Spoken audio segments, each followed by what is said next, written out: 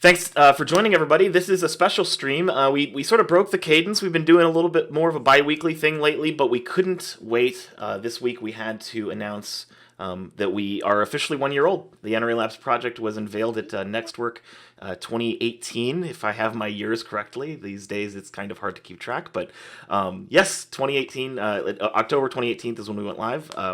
And it's exciting. It's been a year. It's kind of crazy that it's been a year. I that really snuck up on me, if I'm being honest. I think it snuck up on everybody. But here we are, a year later. So for this anniversary stream, we are happy to have our esteemed guest, Mike Bushong, who in pretty much every way is responsible for the creation of this project, as he as the sort of the leader of the team that created this in the first place.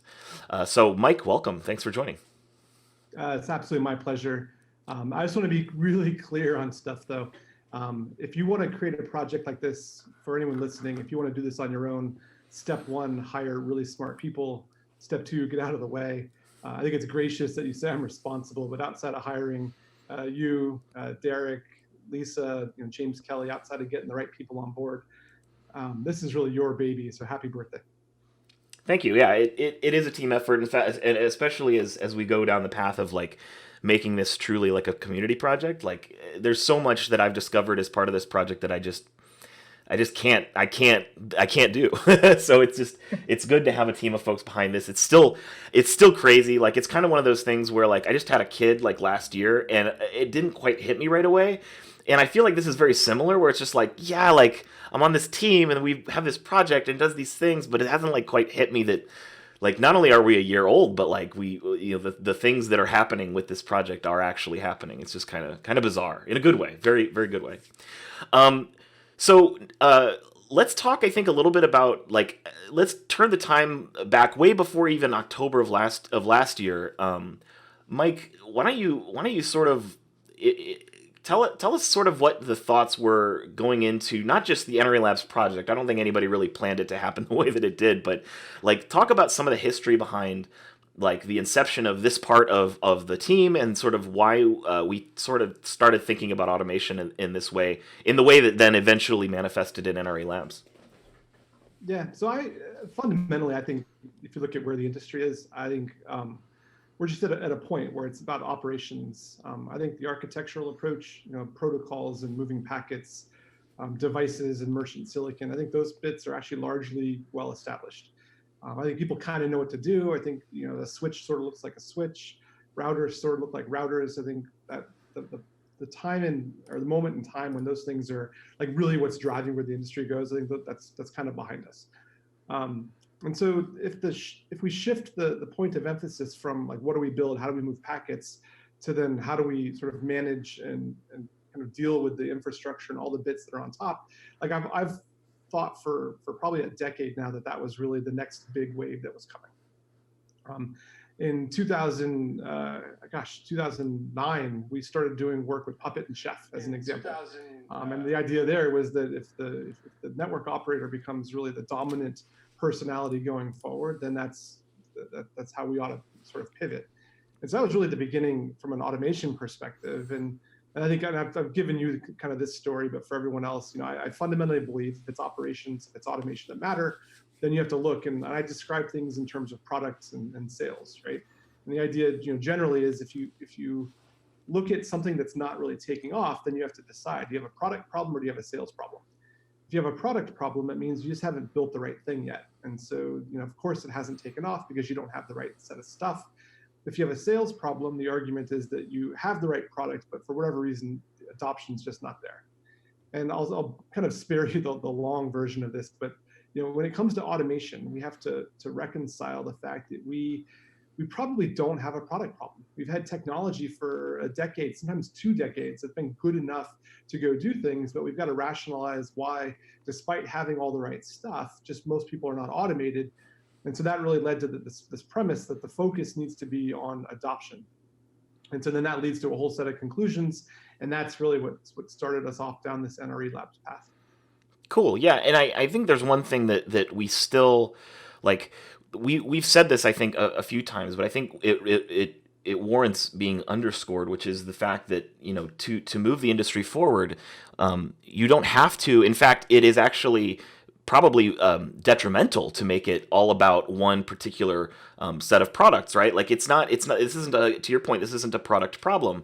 The problem is that people aren't speaking automation speak. Not that they're not speaking Juniper automation speak, but that they're just not speaking automation speak across the board.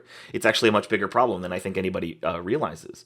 So the unique opportunity for us, I think, was to create a community resource without, really limiting the scope of what we talk about. The scope of the content that we can talk about is actually pretty limitless. Yeah, I think the other piece is once you realize it's an adoption problem and you look and you can kind of triage and root cause why that's the case. The other thing that I think in the early days of this project and really automation for us over the last couple of years, when you realize it's not even like a vendor problem, it's very one, it's sort of terrifying if you work at a vendor, but two, it's freeing once you realize that it's not about how do we move Juniper forward, but Mm-hmm. but really how do you move the industry forward. It sort of unshackles you, right? It's no longer about how do I tie something to a piece of hardware or a piece of software so I can sell more. It's no longer about how do I drive traffic to a Juniper website. It's no longer about how do I even capture leads so I can sell you something. Like once we sort of separated that out too, I think that was a pretty liberating moment. Sure. And I think an inflection point in terms of our approach going forward. I think the other thing that's actually really interesting about NRE Labs as compared to a lot of other open source networking projects is Mike was talking about the fact that it's not a product problem.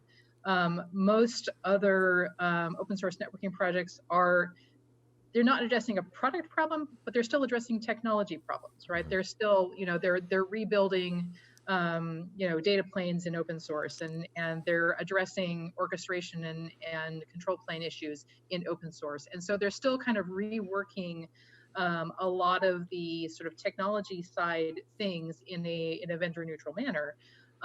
But it doesn't really still address the process and adoption and consumption challenges that Mike was just talking about.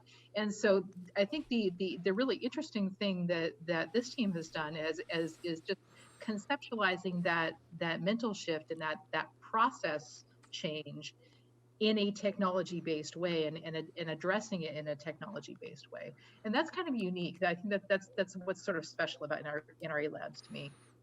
Yeah, it is kind of funny that you put it that way. I haven't really thought of it, but it's true. Like for a lot of open source projects, the product of those projects, or the outcome, the desired outcome, is a new and more innovative technology solution, right?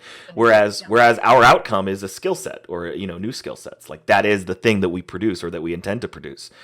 Yeah, we do that with software and a few other things that we bring to the table, but it's unique that the outcome isn't anything to do with any new technologies, even though we created some technologies to make it possible. It's kind of funny. Mike, one thing I looking back, I don't think any of us realized it at the time, but one of the most pivotal moments in the journey towards NRE Labs was this meeting we had out in Temecula, California. Can you talk a little bit about that and sort of maybe provide some like hindsight perspective as like what were we thinking then versus like what happened out of that we couldn't possibly have anticipated? Just a little insight into the history there. Yeah, so I think I moved to Temecula from the Bay Area. So I was in Silicon Valley. I moved down to Temecula, which is think of it like Napa, but in like north of San Diego. And like if Napa has really good wine, Temecula has like really bad wine. That's kind of the way I sort of think about it. So if you're ever in Temecula, I would say order some food, pair it with the wine, and then order like a chaser so you can the wine. But I brought Matt and James Kelly down to my place, and we said for a couple of days, let's just talk about what we're going to do in the automation space. That's really where I think the NRE Labs piece came up, where it was like the ideas started to really codify and get momentum there. At the time, though, what we were really talking about was how do we drive training and education across a broader industry, right? And very sincerely with the idea that if we move the industry forward, even if it doesn't necessarily lead to a direct sale of a product, we will have done right by the industry. And so there's some karmic thing that goes on there depending on your beliefs. Yeah. And then two, we would have done something that actually gets us close to where we are even as a portfolio. Obviously, we've been drinking the automation Kool-Aid for a while. If people are not automated, then the things that are important in our portfolio just don't matter to them. So the idea was we could still kind of attach it to what Juniper's doing, but we didn't want that attachment to be really explicit, and we didn't want that connection to be particularly tight. In fact, I think I talked early on, what I wanted to call this thing initially was uncookied, right? Was this whole idea that we could build a website that's uncookied. There's no Juniper logo on it. It was only about, let's just help people get to where they want to go. Let's do it without capturing any information, which, by the way, creates its own set of challenges. How do you track where they are in the curriculum? That's an example. Yep. But we wanted to be like so overt about not being just another project focused at sort of vendor ends and means. We wanted to really rotate the other way, and that was the beginning of it. And then coming out of that was really the idea that we wanted to take a kind of a like micro education approach. I think we talked about gamifying things. And the whole premise was that if we could give people kind of unobstructed learning to the point that they could make progress in the first 5 minutes, and I'll close with my kind of the example that I anchored on. I actually built out a MUD, right? One of these like online role-playing games. And for you Gen Zers out there that uses Telnet, sorry that you weren't around. People used to access our MUD through dial-ups. It was amazing. Hell yeah. Fighting monsters, and they dropped their dial-up connection because call waiting kicked in. Yeah. It was awesome. But when we designed the MUD, the whole idea was that we wanted to give new players an opportunity inside the first 10 minutes to feel that whole leveling up experience, right? So you make the first 10, 15, 20 levels extremely easy so that they're experiencing and feeling progress on like a minute by minute basis, because that provides positive reinforcements they can go in and dive in deeper. So taking that idea, what we wanted to do was give people that early level up experience in the automation space.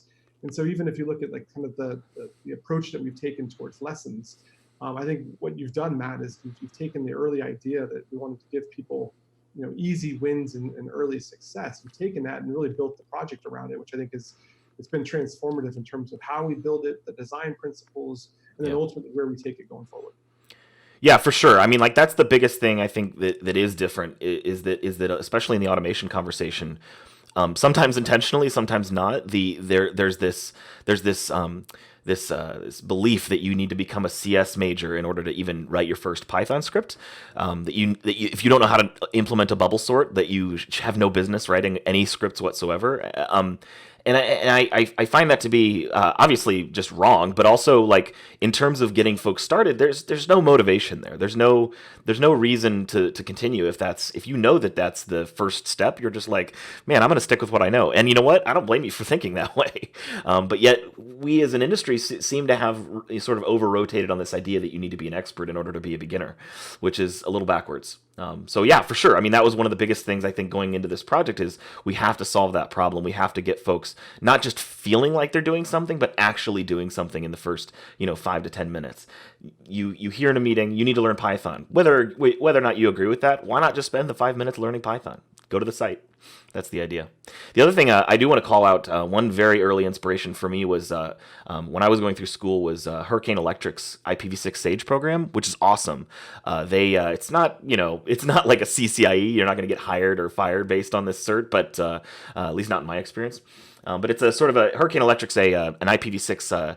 They're a tunnel broker. They do all kinds of transit services. And they have this amazing site. It's still there. It's still very 90s looking. But you learn IPv6 through some quizzes, but also through some very interactive examples where, for instance, you have to stand up a web server on an IPv6 tunnel. And the way you pass that test is by actually doing that, because Hurricane Electric will start to send requests for that content, and they can only retrieve it over v6.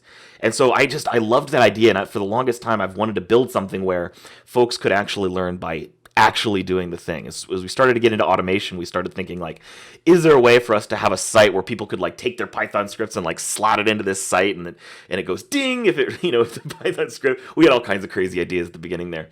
But yeah, no, that for me, just looking back, I mean, it was fun hanging out in Temecula for a few days. But I don't think any of us really realized that was sort of like the starting point on what would then become over that summer. I think we met in like April or something like that, and then over that summer was sort of I know Derek and James and I, they all came here to my house. We had all kinds of delicious beer and meats, and we just we have a whiteboard where I drew the architecture of Syringe and all that kind of cool stuff. That was pretty fun. So that summer was sort of when we started really like working on this. What about when we actually did launch in October? Do you have any memories from literally a year ago of like of the talk, not only around Juniper, obviously Juniper, there were some folks within Juniper that kind of got the heads up. What was your perspective on how Juniper sort of took the launch, and then of course the industry broadly, the feedback that you saw there? Any thoughts on that? Yeah, so I mean, we did two things with the launch, right? One was we were essentially putting out a product. We had marketing people writing code, which by itself is sort of like, that's a head scratcher, right? Like, why would, yeah, exactly, right? I do want to point out though that Oswalt, if on LinkedIn, that means you are a marketer. So, yeah. Oh yeah. But I think one, we had to explain even internally why we would be doing something that doesn't necessarily tie directly back into product, right? That by itself requires some explanation. And so I think there was a big part of that. And then the second piece, once you get past that, it was just like people's heads were blown. This is, like, okay, so, what can we do next? And so the conversation quickly shifted to, here's a million ideas. And I remember thinking at the time, like, how do you rein it in, right? Because it's good that everyone's kind of excited, but then the downside is that they're all excited. Yeah. I think about Sisyphus rolling a rock up a hill. The only thing worse than rolling a rock up a giant hill is chasing it down the other side. And I think when we launched it, once if people don't understand really where they are, if they don't understand the steps it takes to build out a project, if they don't understand the steps it takes to build out a community, then your expectations get away from you. We spent like the rest of the year, sort of trying to chase that and make sure things kind of worked. I remember that. I mean, to me, that was like a panic moment. When it's just you and a couple people pushing a rock up a hill, yeah. It could be painful. I mean, it's arduous. That is hard. Yeah. But it's not terrifying. Yeah. Top. And it was Bushong was on stage talking about NRE Labs, and when he said the words NRE Labs, I'm like, oh, yeah. Holy crap, we're in it now, right?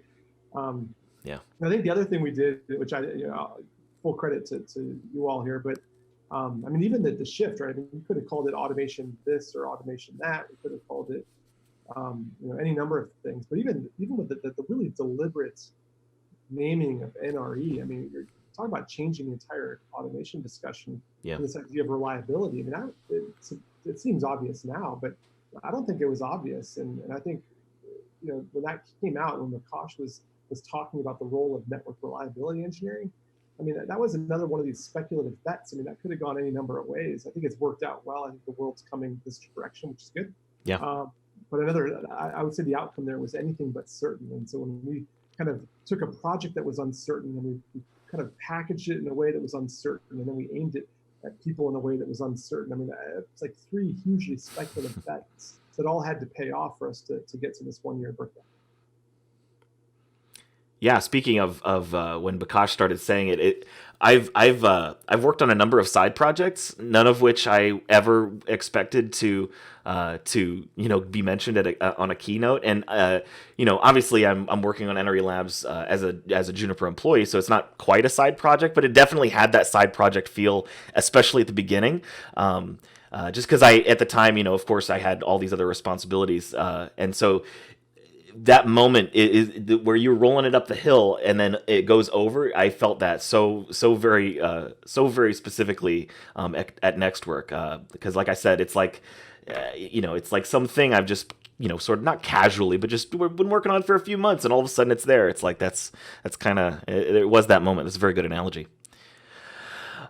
So let's talk, I guess, a little bit about, we got a good chunk of time left, maybe 10 to 20 minutes before people start getting bored.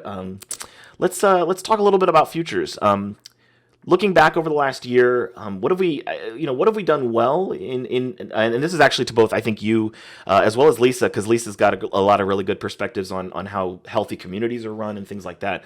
Over the last year, I think, and I've been working on some blog post material, on sort of recapping the last year. And I mentioned briefly that I felt like year one was, we wanted to get this out in October of last year as a proof of concept so that people could understand what it was that we were building. We didn't want to just get it to some finished state behind closed doors for 5 years and then dump it out in the world. What we wanted to do was get it finished enough so that people understood what we were trying to do, and then that way the community could carry it. I think the first year was sort of the finalization of that cycle. Going forward, what do you think the new what should be the theme of year two? If year one was about finishing the proof of concept, what do you think year two should be about? Let me tee Lisa up on this. I think it's community. I mean, for sure.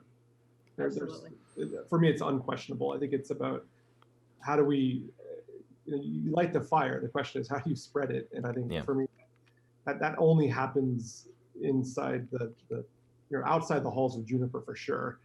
Sort of inside the community. I think what we see is divergent requests, divergent points of view. And so, the reason we have kind of the mix of people working on it that we do is because year two and probably years 3, 4, 5, and 6 are all about community. Mm-hmm. Yeah, and that's typical in the life cycle of most open source projects, right? So mostly they originate, some group of engineers have this great idea, and sometimes it germinates entirely within a company, and they sort of build a proof of concept, and then they take it to, some sort of independent third-party foundation, conservancy, whatever. Sometimes they get the idea and they take it to the foundation, and then they build it directly as a community. There are different ways to go about it, but usually the first year is just building the thing and getting it to, if not a beautiful state, something that is recognizable as performing some useful function, right? And that process of getting to from an idea on a piece of paper to something that has working code, that process tends to draw some people in, but it's once you get to a point where people can look at it and go, oh, I see why this might be useful or why it might be valuable. I want to be involved in that. That's where kind of the things really start to pick up steam. And I think that's where we are right now. And so, we're in the process of working very actively to move the project to an independent third party. That will facilitate a lot of things. It will make, we've been talking with various other organizations, companies, other nonprofits and so forth, about not just being supportive and potentially users, but also potentially sponsors of the project, so that it's not wholly dependent on Juniper for either personnel or other types of resources. Moving to an independent foundation is kind of a necessary prerequisite for most folks for having transparency of funding and things like that. We've put together I think a very neutral and fairly strong governance doc that we'll be ratifying later this month, and then electing our first steering committee. And doing a lot of the sort of the work of non-coding work that is necessary and absolutely vital to having a strong and healthy community going forward. So really putting a lot of thought into laying those foundations. Very cool. Yeah, I mean, like I said, it's been kind of a crazy first year. I think the first year again was very. I mean, we still have a lot of technical things we want to work out, but yeah, if year one was about just planting the flag in the ground, then year two is definitely about going on the march and making sure everybody's involved that wants to be involved. So closing thoughts. What do we? I don't know. We're going to close out the stream. Any last thoughts on where we've been? Where you think NRE Labs could go? What's like your wish list? Like, I wish NRE Labs was on the International Space Station. I just found out that Puppet. I think Luke Kanice just tweeted that Puppet was on the space station. So when do you think NRE Labs is going to be on the space station, Mike? Yeah, so I'm working on that actually. I've got a meeting right after this with the International Space Station folks, like ISS.org or whatever they are. There it is. Um, There it is. yeah, no. For me, I think the future is a little like, I think this is the part that gets a little bit uncomfortable. I mean, I think candidly, the first year we had a lot of control because the vision was tight and the first steps were concrete. I think once you kind of expand outside of that first year, what happens is the vision becomes shared. And so it's no longer mandated from top down. And so you lose a little bit of control. It's about the community, as we've talked about. I think Get over it, Mike. but this is the part that, I mean, like, this is the part when I think about like where we have to go. I mean, that's, to me, that's the part that's kind of, it's a little bit exhilarating, a little bit scary, right? You don't know what people are going to do. I think that, the things that give me hope, when you see people who are, you don't even know that you're impacting them, and you see them reach out and they give you a word of thanks. I'll give you like a good example. Down in Temecula, we had people at our house, just random, like random friends. We've got kids, so it's like parents of kids and whatever. And there was a guy that came over, a husband of one of the wives who my wife knows through our kids. And turns out this guy was trying to expand in the whole IT space and was looking at how he could be relevant in automation. Total, like, small world. We're talking football and beer, and then this conversation pops up. Yeah. And I was able to kind of direct him to NRE Labs, and actually gave him one of the books that I had signed for him. Those kinds of connections, to me, like, that's when I think about what's next, it's about that. And if there's any kind of a word of advice even for you, is that I think as we think about what's coming, what you tend to think about is the market. You think about the community. You think about groups of people. But I will tell you that the impact is felt by individuals, and that engagement happens by individuals. That it's not some blanket market decision that gets made. Sure. It's not a corporate decision. It's the passion of individual people that carry things forward. And to me, that's the thing I think I really hope we carry forward. If there's one impact I think we've had, it's whether it's Matt or Lisa, Derek, James, any of the folks who we've worked with, it's that we've had individual impact, and I hope that carries forward. Because I'll tell you what, your corporate affiliations are temporary, right? But the personal, everybody remembers in their career the people who made a foundational difference in who they are and what they're capable of. And I think that's what we're building here. And so I hope that the personalness, the kind of the passion, I mean, this is a labor of love in many ways. I hope that continues to be front and center, because I think that for me, that's what's really difference making. Awesome. Yeah, I wholeheartedly agree, and I've had similar experiences. It's very useful because again, the product for this project is not speeds and feeds.